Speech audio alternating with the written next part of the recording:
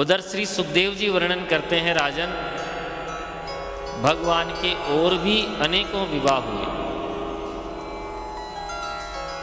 उनका वर्णन करते हुए श्री सुखदेव जी कहते हैं कि सत्राजित नाम का एक राजा था। उसने भगवान सूर्य को प्रसन्न करके एक बहुमूल्य मणि प्राप्त कर ली। उस मणि की विशेषता ये थी कि वो 8 भार सोना नित्य देय प्रदान करती थी। एक भार में 10 तोला होता है, तो 8 भार में 80 तोला हो गया ना महाराज। 8 बार सोना नित्य देती थी। एक दिन वह सत्राजित मणि गले में पहनकर द्वारकाधीश के दरबार में आया, तो दरबारियों ने कहा, भैया ये मणि द्वारकाधीश के गले में बड़ी सुंदर लगेगी। फिर भाग रहे। ये मणि द्वारकाधीश के गले में सुंदर लगेगी, क्यों न तुम इस मणि को द्वारकाधीश को भेंट कर दो। सत्राजित बोला, क्यों भाई, मैंने तपस्या करके ये मणि प्राप्त की है, तो मैं इसे भेंट करने वाला नहीं हूं। लौटकर पुनः आया। दूसरे दिन सत्राजित का भाई प्रसेन शिकार खेलने जा रहा था। उसने अपने भाई से बोला, भैया आप नित्य इस मणि को पहनते हो, कुछ दिना के लिए हमें भी दे दो, हम भी तो देखिए मणि कैसी लगेगी। तो भाई के मांगने पर सत्राजित ने मणि दान की। मंत्रियों सहित प्रसेन शिकार खेलने गया और सिंह के हाथों मारा गया। उधर जब कई दिना तक लौटकर नहीं आया, तो सत्राजित ने विचार किया कि इस मणि पर द्वारकाधीश की नजर थी, और जब से मेरा भाई मणि पहन कर गया है तब से लौटा नहीं। हो न हो द्वारकाधीश ने मेरे भाई को मारकर मणि हासिल कर ली, क्योंकि बचपन की चोरी की आदत गई नहीं उसकी। अपनी धर्मपत्नी को ये बात बताई कि जब से मेरा भाई गया है तब से वापस नहीं आया है, कुछ न कुछ चक्कर हुआ है। द्वारकाधीश ने जरूर वो मणि चुरा ली है, लेकिन देवी अभी इसका पूरा पक्का पता नहीं है, इसलिए तू किसी से कहियो मत। अब महाराज कुछ दिना तक तो पेट दर्द हुआ नहीं, लेकिन माताओं के पेट में ज़्यादा बात पचती नहीं है। जब पेट दर्द ज़्यादा बढ़ गया, तब अपनी सहेली से बोली, देख बचपन की आदत गई नहीं, पहले माखन मिश्री चुराता था, अब मणि चोरी करने लगा। लेकिन बहन तू किसी से कहियो मत। करणे करणे जपन जनाहा, बात एक कान से होते हुए पूरे शहर में फैल गई, हवा चल गई, भाई ये तो जन्म का ही चोर है। जब ये बात द्वारकाधीश के कानों में पड़ी, तब प्रभु ने सोचा ये तो बैठे बैठे मणि चोरी की अपराध लग गया, क्या किया जाए। तो कुछ द्वारका वासियों को साथ लेकर जिस मार्ग में प्रसेन गया था, प्रभु भी उसी मार्ग में गए। तो आज जाकर क्या देखा कि प्रसेन का मृत शरीर पड़ा है, और वहां से किसी सिंह के पदचिन्ह जा रहे हैं। भगवान उन्हीं पदचिन्हों का अन्वेषण करते करते गए, तो आगे सिंह भी मरा मिला, और वहां से किसी रीछ के पदचिन्ह जाते हुए मिले। उन रीछ के पदचिन्हों का अन्वेषण करते करते प्रभु गए, तो महाराज एक गुफा में जाकर वह पदचिन्ह समाप्त हो रहे थे। भगवान अन्य द्वारिका वासियों को तो गुफा के द्वार पर ही खड़ा कर दिए, और स्वयं अकेले भीतर प्रवेश हुए। वहां जाकर उन्होंने देखा कि एक कन्या उस मणि से खेल रही है। पराये पुरुष को आते देखा तो वो कन्या भी चिल्लाई, और कन्या के चीखने से उनके पिता जामवंत जी वहां आ गए। अनजाने पुरुष को देखकर युद्ध के लिए चुनौती दी, तो दोनों में भयंकर युद्ध होने लगा। कुल 28 दिन तक युद्ध हुआ, और 28वें दिन भगवान ने जामवंत को नीचे पटककर ऐसा घूंसा मारा कि नस नस ढीली हो गई।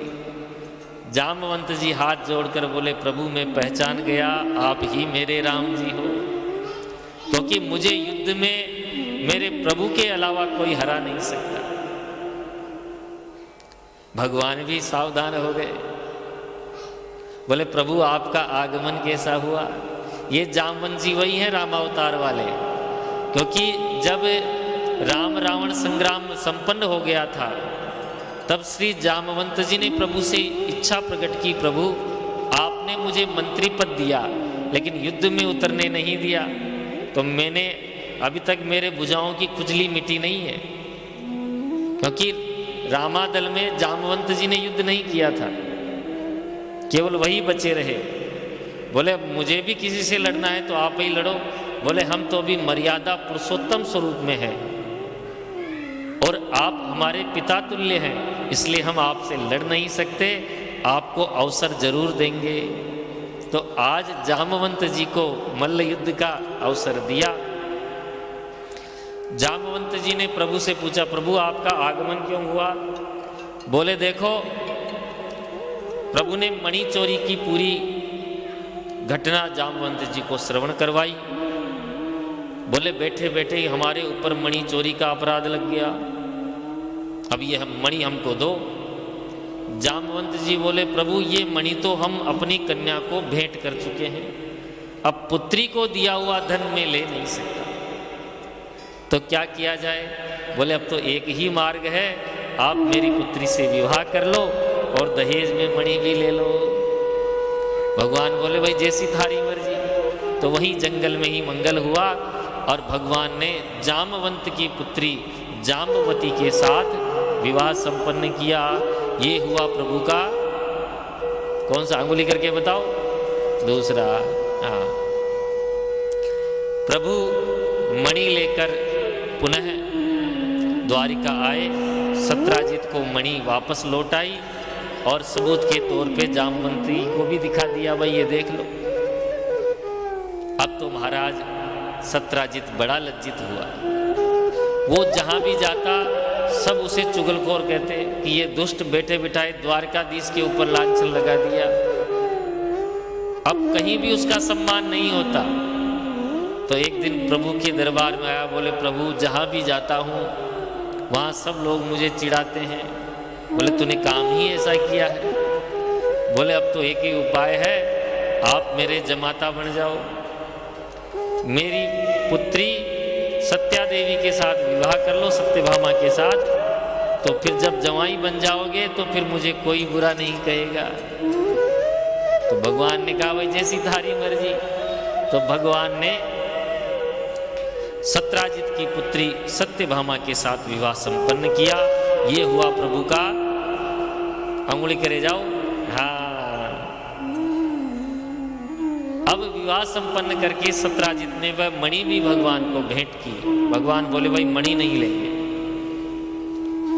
क्योंकि मणि के चक्कर में तो पहले ही खूब बुराइयां लग गई।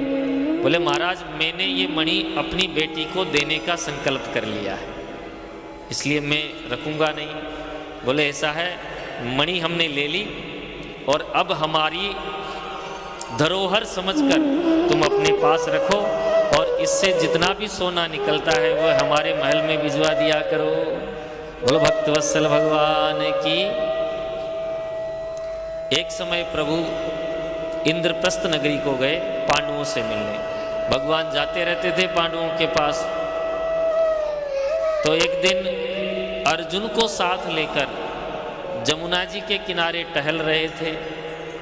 उसी समय एक युवती दिखाई दी जो तपस्या कर रही थी। भगवान ने अर्जुन को भेजा, बोले अर्जुन जाओ पता लगाओ ये कौन की तपस्या कर रही है। अर्जुन रथ से उतर कर गए और उस युवती से परिचय पूछा। मन्ये त्वाम पतिविच्छतिम सर्वम कथा कथत्यते। हे देवी तुम कौन हो और यहाँ बैठकर किसकी तपस्या कर रही हो? तब उस युवती ने परिचय दिया, अहम देवस्य सवितुर दुहिताम पतिमिच्छति विष्णु वरेण्यम वरदम तपः परममस्तितः। अहम देवस्य सवितुर, मैं सविता की पुत्री, कालिंदी मेरा नाम है, विष्णु वरेण्यम वरदम, भगवान नारायण को अपने पति के रूप में पाने के लिए तपस्या कर रही हूँ। नान्यम पतिम वृणे वीर तम मृते श्री निकेतनम, नान्य हम और किसी और का वर्ण नहीं करूंगी।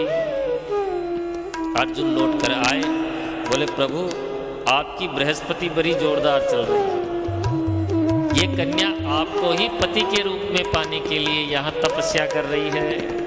भगवान बोले तो चलो परिचय कराओ।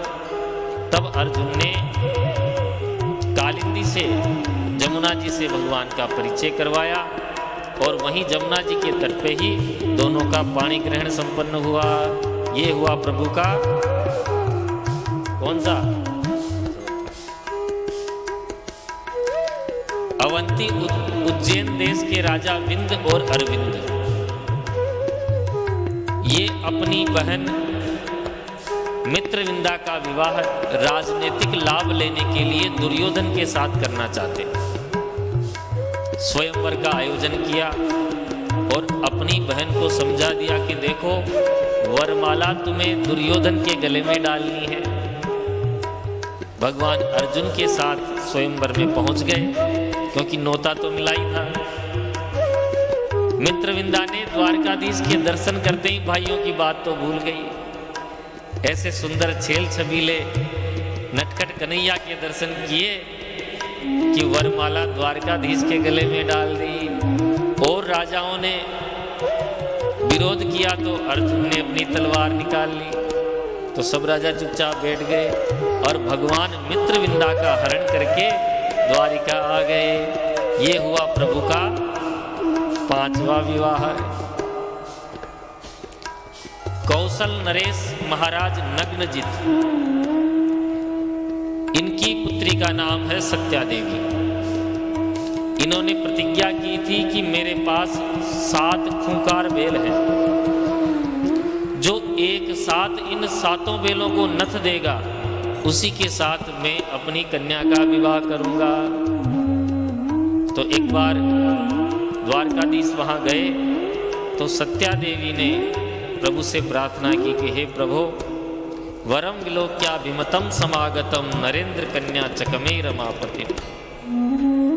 आज तक अनेक राजा आए हैं, उनकी हड्डी पसली तोड़ दी इन बैलों ने।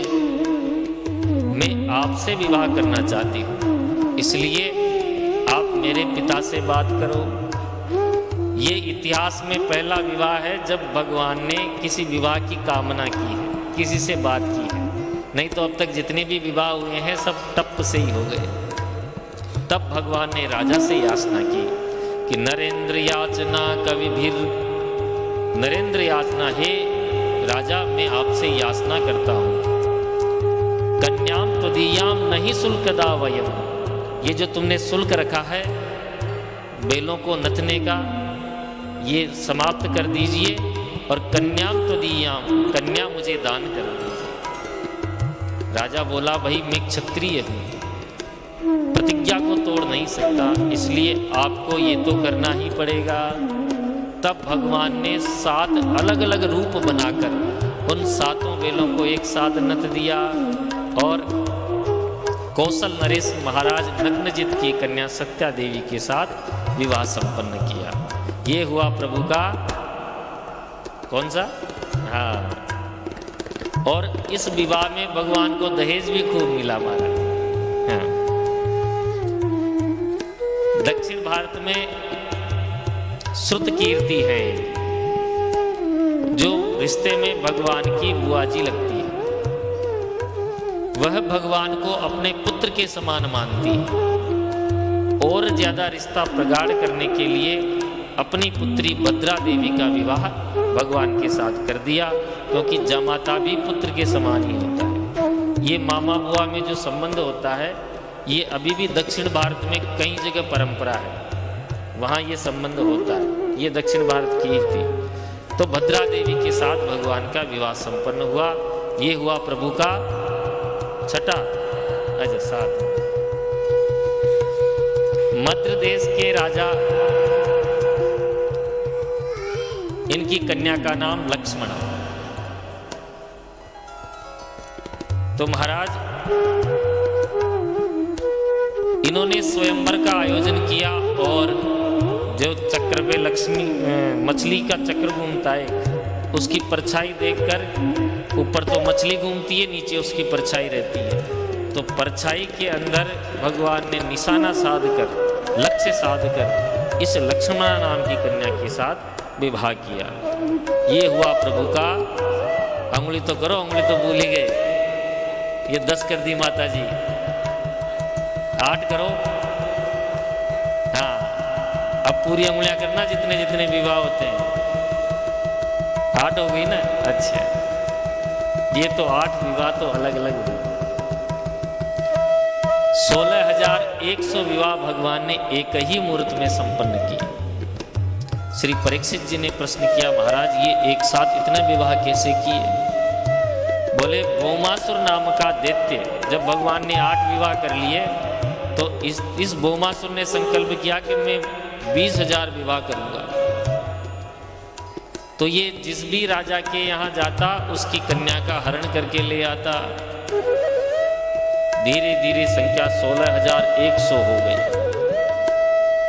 अब उन्हीं राजकन्याओं ने भगवान से प्रार्थना की तो भगवान भी सभार्यो गरुड़ारूढ़ प्राग ज्योतिषपुरम ययो, अपनी पत्नी सत्यभामा के साथ भगवान गरुड़ पर सवार होकर इसकी नगरी में गए।